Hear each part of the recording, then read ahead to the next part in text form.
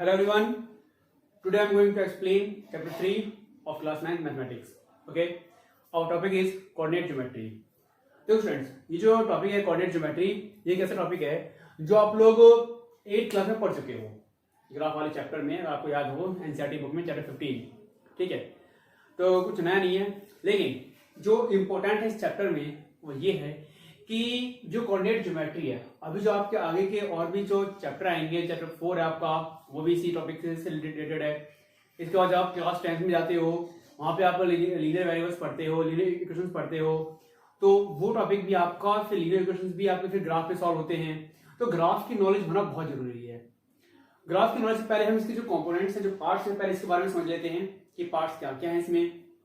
सबसे पहला चीज, जो ये लाइन है और ये लाइन, इसे हम कहते हैं, ये जो हॉरिजॉन्टल लाइन है इसे कहते हैं एक्स एक्सिस, जो वर्टिकल लाइन है इसे कहते हैं वाई एक्सिस. इसका एक दूसरा नाम भी है एक्स एक्सिस का, जिसे हम एब्सिसा कहते हैं और y को ऑर्डिनेट कहते हैं. अब देखो, अगर हाँ एक ही और, जो ये पॉइंट है, ये होता है हमारा ऑरिजिन, और यहाँ पे जो है इसकी वैल्यू 0,0 होती है, यानी कि x एक्सिस के लिए भी 0 है, y के लिए भी 0 है. ठीक है, इसका मतलब क्या है ऑरिजिन का मतलब ये है कि अगर मैं वर्टिकल लाइन देखूं तो वर्टिकल लाइन मेरी y एक्सिस की है. वर्टिकल लाइन में इस ऑरिजिन से ऊपर जो भी नंबर्स हैं वो सब पॉजिटिव रहेंगे, हमेशा पॉजिटिव रहेंगे. ठीक है, इसी तरीके से जब हम 0 के नीचे जाएंगे तो 0 के नीचे जो भी डिजिट रहेगा, ये सारा डिजिट जो है ये हमारा नेगेटिव ही रहेगा, यानी कि यहाँ पे हम नेगेटिव इंटीजर्स लेंगे और ऊपर में पॉजिटिव इंटीजर्स लेंगे. ओके स्टूडेंट्स, इसके बाद सेम एक्स एक्सिस के लिए ये आपका क्या है, ऑरिजिन है, दैट इज 0. इसके राइट साइड जो है ये हमारे पॉजिटिव इंटीजर्स होंगे, लेफ्ट साइड नेगेटिव इंटीजर्स. तो इस तरीके से ये जो ऑरिजिन है ये हमारे इस एक्स एक्सिस और वाई एक्सिस को दो पार्ट में बांट रहा है, मतलब कि एक्स एक्सिस को इसमें दो पार्ट में बांट दिया और वाई एक्सिस को दो पार्ट में बांट दिया. नेगेटिव इंटीजर्स एक तरफ, वाई इंटीजर्स और पॉजिटिव इंटीजर्स एक तरफ. तो इस तरह का टॉपिक आप लोगों ने इंटीजर्स में भी देखा होगा. जब आप लोग लाइन ड्रॉ करते हो तो कैसे आप, जब आप क्लास 7 की बात करूं मैं, तो क्लास 7th मैथ में आप लोग क्या करते हो, सिर्फ एक लाइन ड्रॉ किया और यहाँ पे 0 लिया, इधर पॉजिटिव इधर नेगेटिव, इस टाइप से लेकर के आप सॉल्व करते थे. मैं 7th की बात कर रहा हूँ. ठीक है, अब इसी में आगे बढ़ते हैं. ये वाई नंबर्स हो गए. इसके बाद अब देखो, अगर मुझे कोई पॉइंट को शो करना है, उसका प्लेस बताना है कि उसकी पॉइंट का प्लेस क्या है. सपोज करो मैंने यहाँ पे कोई पॉइंट लिया है ये, ठीक है, या एक पॉइंट हम लेते हैं, यहाँ लेते हैं, इस पॉइंट का नाम देता हूं P पॉइंट. ओके, अब देखो ये पॉइंट जो है वर्टिकल डिस्टेंस, देखो वर्टिकल डिस्टेंस कितना है इसका, 3 पे है, वर्टिकल 3 पे है और हॉरिजॉन्टल 5 पे. तो अगर कोई मुझसे पूछेगा कि इस पॉइंट P की पोजीशन क्या है, तो मैं बोलूंगा कि इसकी पोजीशन है 5,3. ठीक है स्टूडेंट्स. अब अगर ऐसा ही कोई पॉइंट सपोज करो यहाँ पे होता, यहाँ पे देखो, यहाँ पे ये +2 है वाई वर्टिकल डिस्टेंस में, हॉरिजॉन्टल -3 है, इसका नाम Q रख दूं तो इसका होगा -3,2 हमारा प्लस का है.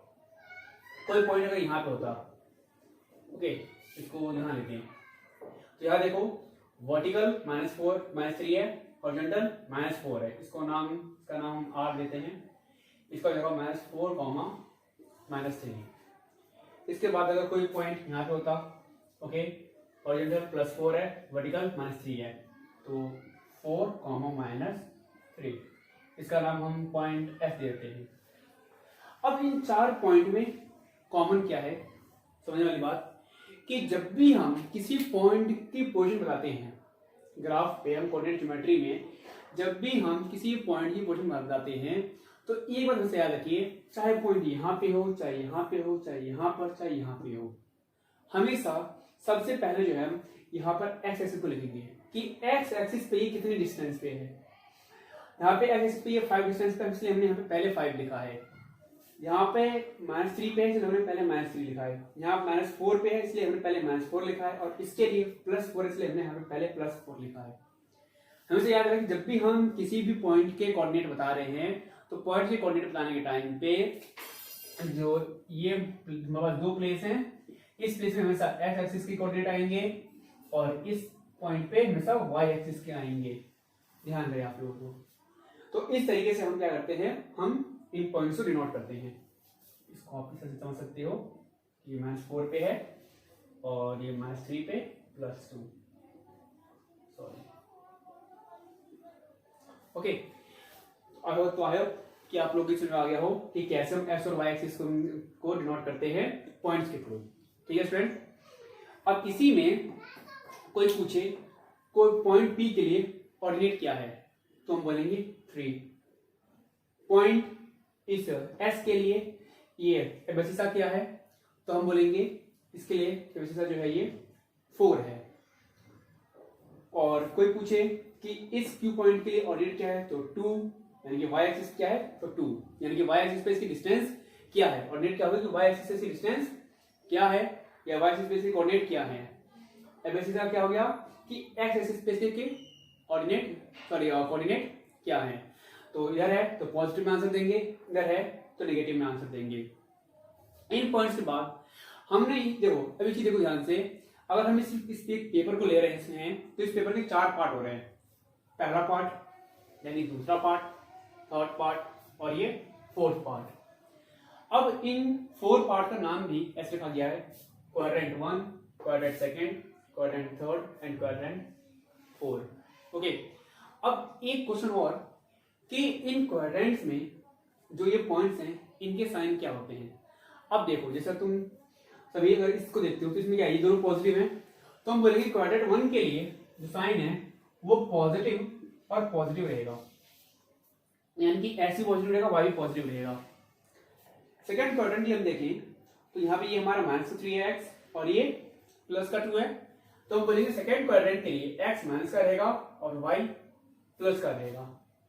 थर्ड में हम क्या देखते हैं कि ये -4 है और -3, यानी कि x भी माइनस का है और y भी माइनस का है, तो इसमें क्या लिखा जाएगा, साइन माइनस एंड माइनस, कि इसमें दोनों ही माइनस रहेंगे।